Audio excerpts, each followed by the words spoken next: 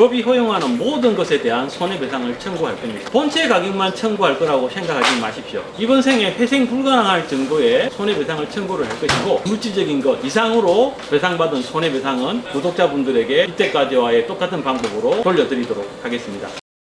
우리나라가 세계에 자랑하고 있는 세 가지. 밤늦게 불이 꺼지고도 남자든 여자든 혼자서 산책하고 놀러 다니기도 안전한 거다. 두 번째, 커피숍에서 노트북 핸드폰을 두고 가도 분실하지 않는다. 한국의 자부심이지. 지용, 두 번째까지 힌트를 들었으니까 세 번째도 알 거다. 현관문 앞에 택배 가져가지 마세요. 택배는 건드리지 않는다. 영훈아, 이것들이 한국을 왔다 갔다 외국인들, 우리나라의 문화의 자랑이지. 이 세 개를 건드리면 영린을 건드리는 거야. 얼마 전에 있었던 호수아비 컴퓨터 택배 도난 사건에 대해서 궁금해 하시는 분들이 많으셔가지고 지금 경찰분들께서 수사 중인데 진행 상황을 일단 말씀을 드리겠습니다. 첫 번째, 시작은 6월 15일입니다. 양주 평화로 14땡땡번지로 배송 중이던 호수아비 컴퓨터 택배가 도난을 당했습니다. 사진 참고 자료가 가겠지만 저희들 택배는 이렇게 나가죠. 이렇게 포장이 됩니다. 기본적으로 한 15kg에서 17kg 정도 나가지 부피도 굉장히 큽니다. 요 큰 거를 들고 훔쳤다라는 거죠. 도난을 당하고 나서 저희가 바로 연락을 받은 게 아니고 며칠 있다 연락을 받았지. 택배사에서 한 3, 4일 있다가 연락을 받았어요. 우리 컴퓨터 받으실 손님도 컴퓨터를 못 받았다 해가지고 저희들이 새로 급하게 제작을 해서 택배로 다시 보내드렸죠. 그러니까 요때는 저희가 신고를 안 했어요. 호수아비 컴퓨터는 원칙적으로 보험으로 처리를 받기 때문에 우리가 손해볼 거는 없어요. 우리가 손해본다면은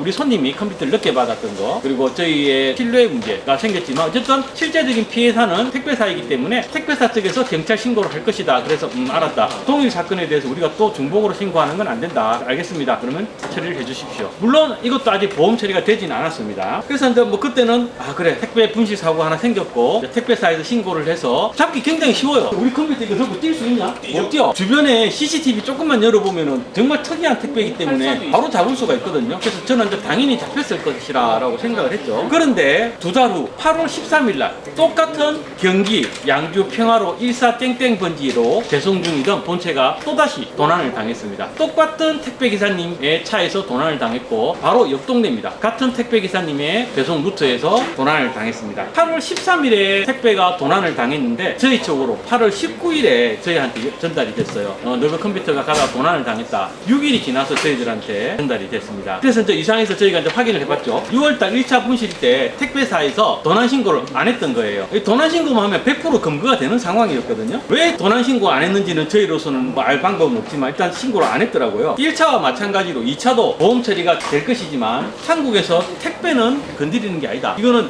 우리나라 전국 유통망에 대한 신뢰다. 이런 국룰이 사실은 있었죠. 그래서 저희들도 사실 손해가 없는 건 아닙니다. 컴퓨터 배송이 늦어진 부분에 대해서 손님들께서 분명히 크레임을 제기하는 부분이 있고 새로 또 작업을 해야 되고 그다음에 이 절차를 찾는다고 흔히 말하는 정신적인 피해, 시간적인 피해가 생기는 부분들이 있죠. 그래서 저희가 택배사에서 또 신고를 안 할 것 같아요. 무슨 이유인지 모르겠지만 그래서 19일 날 그 상황을 알고 저희가 바로 제보를 부탁드린다고 커뮤니티에 글을 올렸었죠. 이런 상황인데 이 동네에서 컴퓨터가 2대 연속 분실됐다. 우리 택배는 이런 식으로 포장이 돼 나가서 알 것이다. 아니 이 택배 물건을 들고 돌아다닐 일이 없잖아요. 일반인이. 집에 가면 그거 뜯는 거 이거를 들고 뭐 엄마 집에 가고 옮길 일은 없단 말이죠. 그래서 이걸 들고 다니시는 사람들을 봤다든가 혹은 중고장터에서 이 컴퓨터 사양이 거래가 되는 물건이 올라와 있는 게 있으면은 좀 제보를 달라. 제보의 포상금은 가장 먼저 제보해 주신 분들께 그 컴퓨터 그대로 우리가 드리겠다. 정확하게 말하면 범인을 찾게 되면 저희들한테 손해예요. 범인을 찾으면은 보험료를 못 받아요. 보험료는 못 받지만 그 컴퓨터는 저희가 제보자한테 드릴 거예요. 차라리 신고를 안 하고 보험료를 받으면 저희한테는 제로섬이지만 범인을 찾게 되면은 보험료는 못 받고 컴퓨터는 제보자한테 저희가 현상금으로 드리게 되기 때문에 저희 입장에서 손해죠. 하지만 이놈은 잡아야 되겠는 거예요.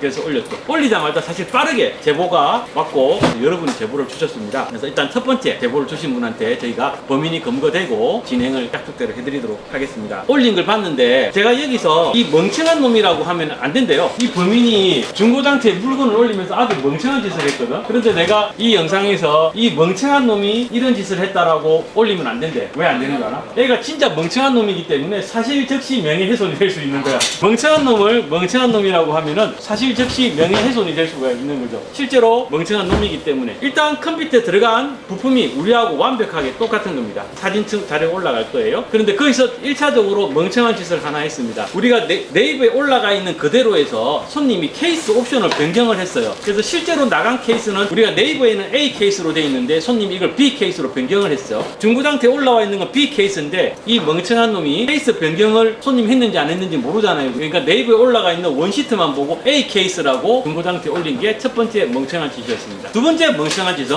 여기 사진을 보면 알겠지만 이 새카맣죠? 전체가 안 찍히게 해놨어요. 전체가 찍히면 케이스나 이런 것들이 더 쉽게 특정이 되니까 케이스를 교모하게 가리면서 나름 찍은 거예요. 작은 증거부터 이야기를 해드릴게요. 검은색 파워선에 흰색 케이블 타이를 쓰는 거는 저희밖에 없는 걸로 알고 있습니다. 이유는 저번에 여러 번 말씀드렸는데 검은색 케이블에 흰색 케이블 타이가 꽂혀있는 사진이 나왔어요.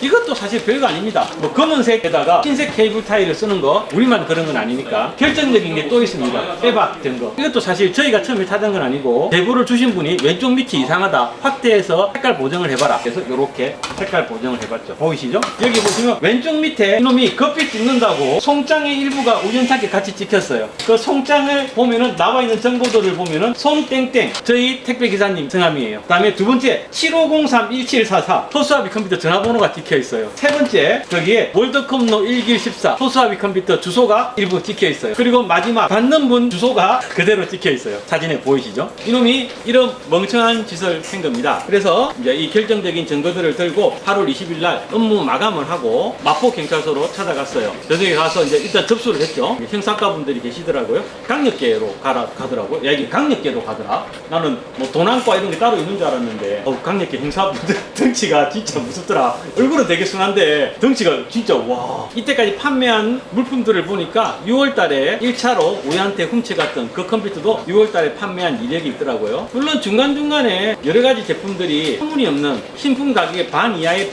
가격으로 판매되어 있는 건데 뭐 이거는 자기가 사서 팔은 거겠죠? 자기가 30만 원에 사서 자기가 10만 원에 팔은 거겠죠? 이건 저희들 의심하지 않습니다. 우리가 확신할 수 있는 거는 저희가 팔은 두 대의 컴퓨터에 대한 거니까요. 정확히 말씀드리지만 아직까지 용의자입니다. 그래서 8월 24일 날 아침 10시에 다시 오라고 그러시더라고요. 그래서 8월 24일 날 아침 10시에 가가지고 마포 경찰서에 정식적으로 1시간 정도 진술서라고 그러나 작성을 하고 왔습니다. 저는 법적으로 할 수 있는 법이 허용하는 모든 것에 대한 손해배상을 청구할 겁니다. 본체 가격만 청구할 거라고 생각하지 마십시오. 본체 가격에다가 우리가 새로 제작하면서 들어간 시간적인 비용, 우리 손님들이 늦게 받은 거에 대한 크레임적인 부분, 우리가 법으로 붙일 수 있는 모든 손해배상의 부분을 다 붙여넣을 겁니다. 다 붙여넣어서 최대한의 이번 생에 회생 불가능할 정도의 손해배상을 청구를 할 것이고, 저희가 만약에 그 손해배상 청구가 성공해서 그 물질적인 것 이상으로 배상받은 손해배상은 여러분들, 구독자분들에게 이때까지와의 똑같은 방법으로 돌려드리도록 하겠습니다. 그 이상의 배상은 택배를 건드린 영린에 대해서 피해받은 우리 모든 국민의 목 아니겠어? 그래서 제가 나눠드릴 수 있는 만큼 나눠드리도록 하겠습니다.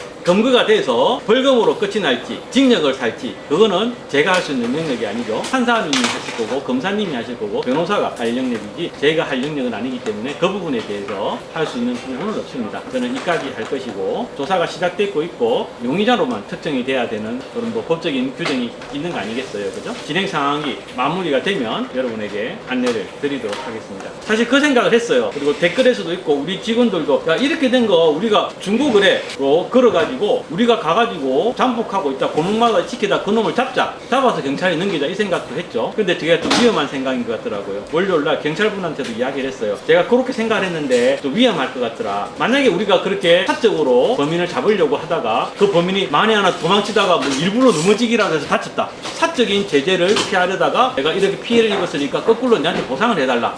여러분들이 사이다를 원하고 우리나라는 뭐 아시겠지만 정당방위에 대한 해석이 굉장히 좀 까다롭다고 그러더라고요. 뭐 이건 정당방위와 좀 다르겠지만 유튜브들이 조회수를 올리기 위해서 직접 범인을 잡으러 다니고 하는 이런 것들이 있는데 제가 언뜻 생각해봐도 이건 굉장히 위험해질 수 있습니다. 오히려 피해자들, 범인들한테 역으로 고소를 당할 수도 있는 그런 부분이 있어요. 사적인 제재는 절대로 안 하시는 게 좋고 우리는 정부만 넘겨드리고 경찰분들을 믿고 경찰분들을 잡아주시기를 하는 게 맞는 것 같습니다. 저도 얼마나 잡고 싶었겠어요. 그놈 민난짝을 보고 얼마나 잡아가지고 막 욕도 하고 싶었겠어요. 그렇지만 법이 있는 나라고 경찰이 있는 나라이기 때문에 앞으로 진행 상황 나오면 말씀드리도록 하겠습니다. 감사합니다. 마지막으로 하나, 커피숍에 휴대폰하고 택배는 건드리지 맙시다.